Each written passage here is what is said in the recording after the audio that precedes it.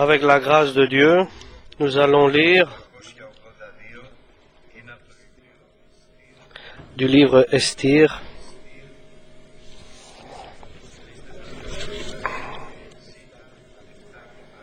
chapitre 7, le livre d'Esther,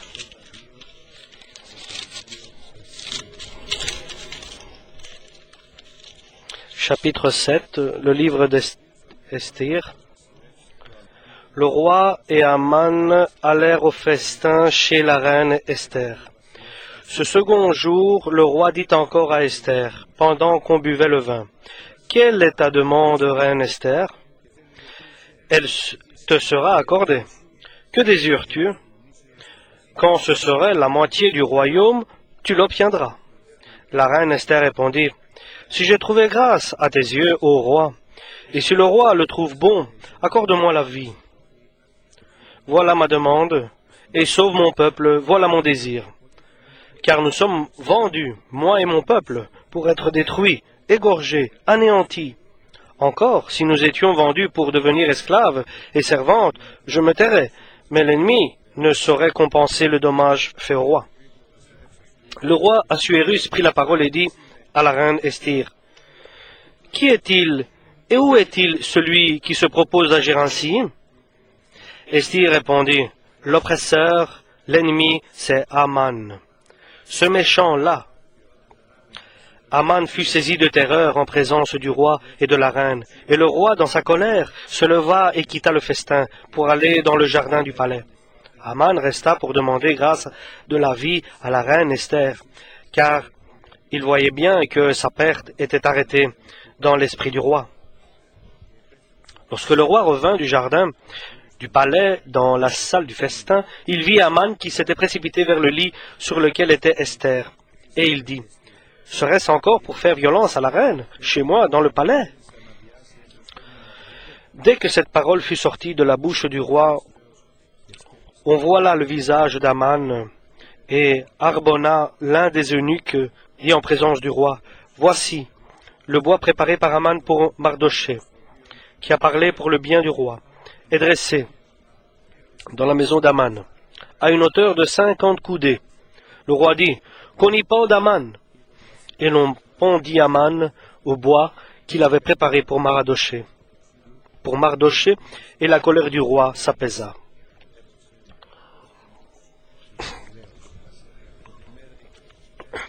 En ce jour, le roi Assuérus donna à la reine Esther la maison d'Aman,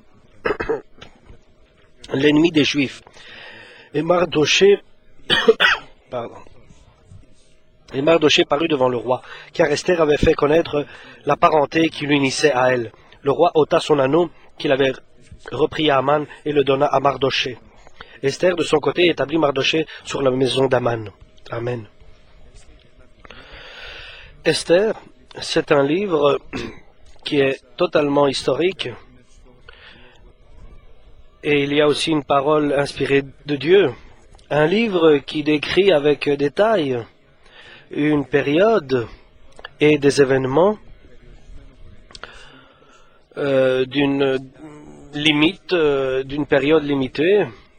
Le roi Assuérus, qui est connu à nous les Grecs, pour 4 ans, il est venu combattre la Grèce et il a été vaincu. Un livre historique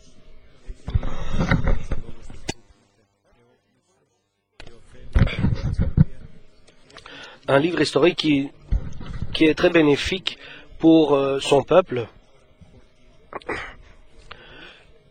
que la bonté de Dieu et la bienveillance de Dieu, c'est celle qui guide les événements historiques, et avec son peuple, c'est-à-dire l'ennemi, lequel, je vais dire ça différemment, le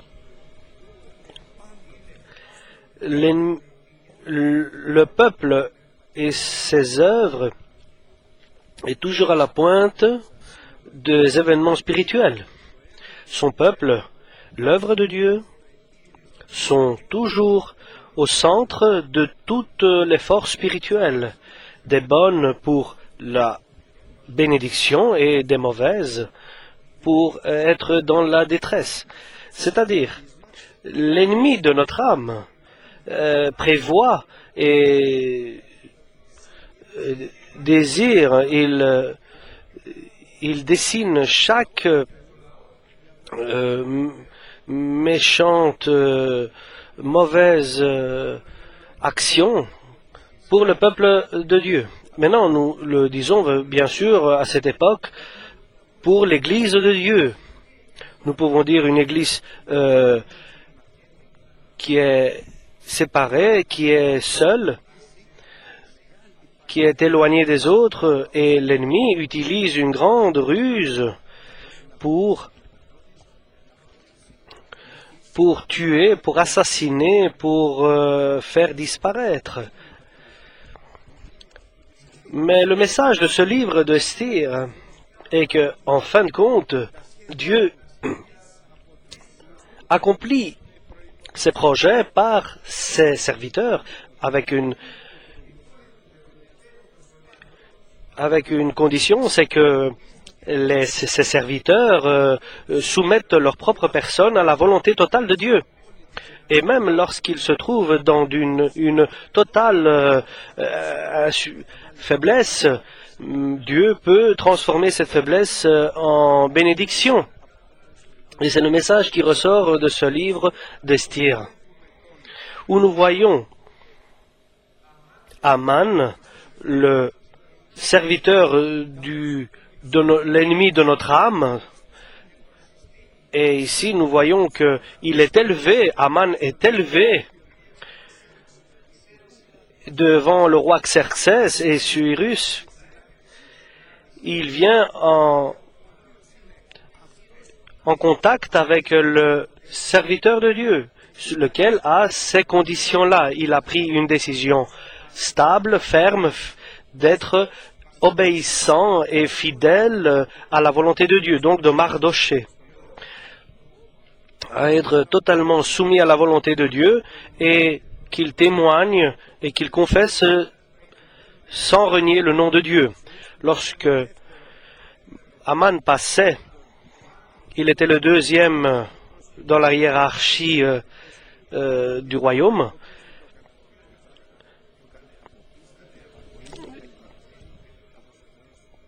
Lorsque donc Aman passait,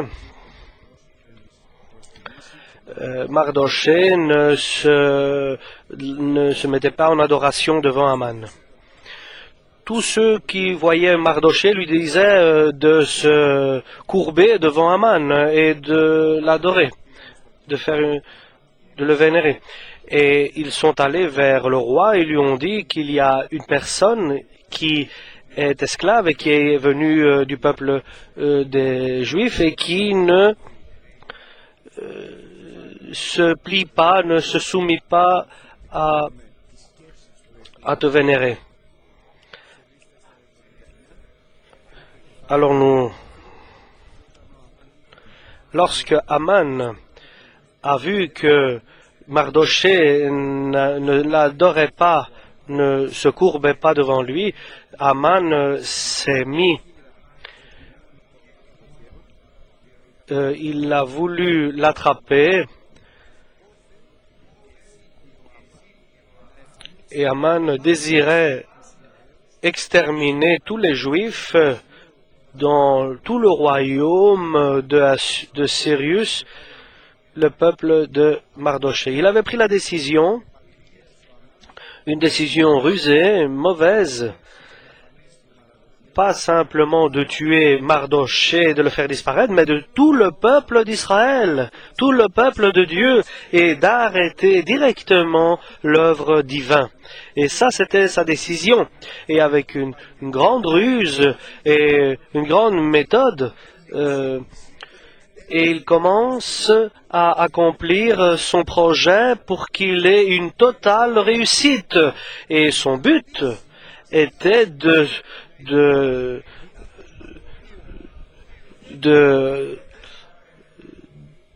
demander au roi Assyrus de persuader le roi Cyrus de faire une loi pour faire disparaître le peuple d'Israël. Et avec ruse, il a commencé à faire pour faire disparaître le peuple d'Israël et d'arrêter l'œuvre divine. Mais la bonté de Dieu et la volonté de Dieu est celle qui guide l'histoire du monde comme un peuple divin et comme une famille et comme une personne. Et plus précisément, pour toi, Dieu a déjà préparé les bonnes œuvres pour les futures attaques de l'ennemi. Dieu a déjà prévu les attaques de l'ennemi contre toi. Ici, ici Dieu a élevé la nièce de Mardoché. Elle est devenue la reine et la bienveillance de Dieu, la miséricorde de Dieu sert à son peuple. Il a préparé il a permis que Mardoché soit témoin.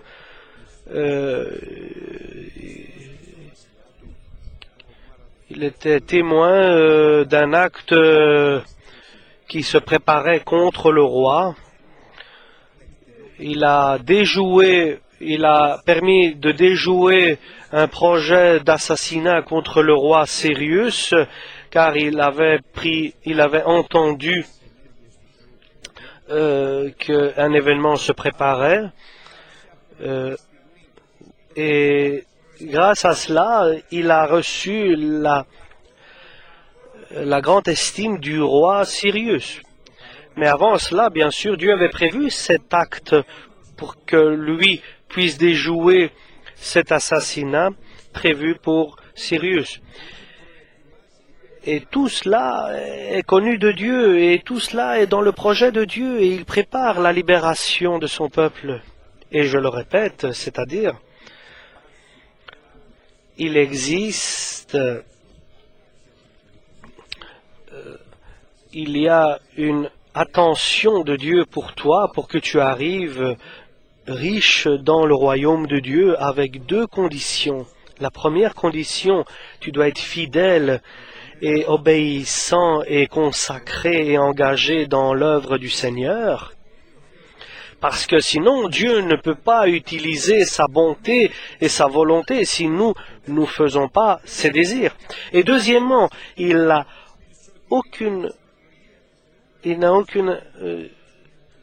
ta faiblesse n'a aucune valeur, n'a aucune conséquence dans ton salut et dans les pièges de l'ennemi. Et le résultat est que le roi a signé la décision de détruire tous les Juifs du royaume.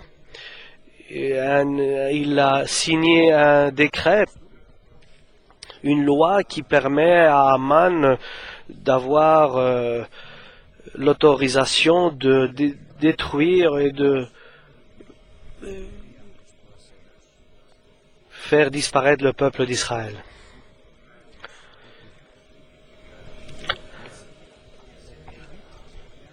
Et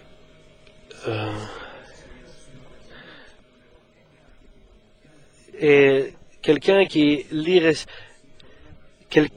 ne respecte personne et qui n'a aucune prise en compte de l'autre, et que le résultat, Esther a appris les projets d'Aman. Ils ont jeûné 3 jours, tout le peuple, ils n'ont pas mangé et ils n'ont pas bu pour trouver ils ont pour trouver grâce devant Dieu en jeûnant et en priant pendant 3 jours pour que le Seigneur Dieu fasse grâce. Et ils ont commencé au nom de Dieu puissant. Et pour que tous les projets d'Aman pour pendre Mardochée sont retombés sur sa tête. Et Dieu a libéré, a sauvé Mardochée et Esthir et son œuvre, parce qu'il a trouvé des hommes fidèles qui étaient juste prêts à bénéficier la bénédiction et la bienveillance de Dieu dans leur vie. Et je le répète, chers frères et sœurs, parce que je considère qu'il est très important. Il est très important et il est essentiel que nous connaissions que le diable prépare devant nous des pièges, devant des hommes qui ont demandé le nom de Dieu, qui sont venus dans la présence de Dieu, qui ont un futur parce que Dieu a un bon projet et un bon dessein pour chacun, il a préparé. Et devant nous, il y a des pièges qui ne peuvent pas être dépassés ou trépassés. Et nous pouvons être certains que par la grâce et la bonté de Dieu et la bienveillance de Dieu, l'œuvre du diable va être détruite, mais avec des conditions spécifiques et uniques et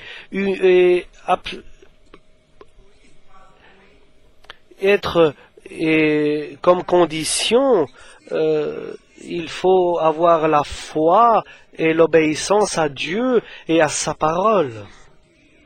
Ça, c'est notre salut, chers frères et sœurs.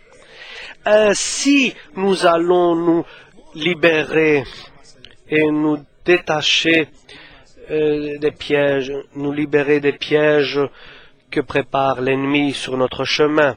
Il faut que règne en nous la crainte de Dieu qui va nous guider dans l'accomplissement de la volonté de Dieu. Nous n'allons pas nous échapper parce que nous n'avons pas les capacités de nous échapper et l'aide de personne, des hommes.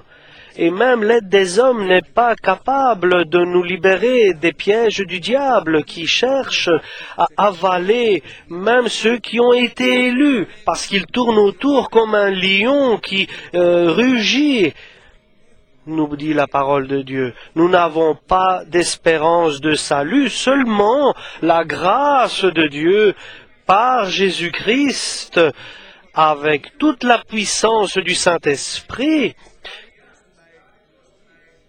qui s'accomplit avec une totale bienveillance de Dieu pour notre liberté, notre salut et pour notre bénédiction dans la présence de Dieu. La crainte de Dieu doit régner dans notre cœur. Aucun acte et aucune pensée et aucune discrimination, ou bien positive ou négative, doit régner en nous et doit intervenir, parce que nous allons nous retrouver dans des situations difficiles. Ne laissons pas notre cœur d'amertume et demandons toujours le sang du Christ qui purifie notre cœur, parce que le sang du Christ a purifié notre conscience de chaque pensée et œuvre mauvaise. Demandons l'Esprit de Dieu, qu'il guide nos chemins, qu'il guide notre chemin, qu'il guide nos convoitises et nos volontés, que nous soyons toujours guidés par le Saint-Esprit. Il n'est pas difficile, mais il est indispensable. C'est le résultat d'une prière et de la recherche. Et si nous voulons la bonne bienveillance de Dieu il est important de rester dans sa parole et d'être enseigné, d'étudier sa parole et d'avancer spirituellement et d'être en sécurité. Être en sécurité dans la présence de Dieu est le plus important et être prêt à chaque moment pour l'enlèvement de l'Église. Amen.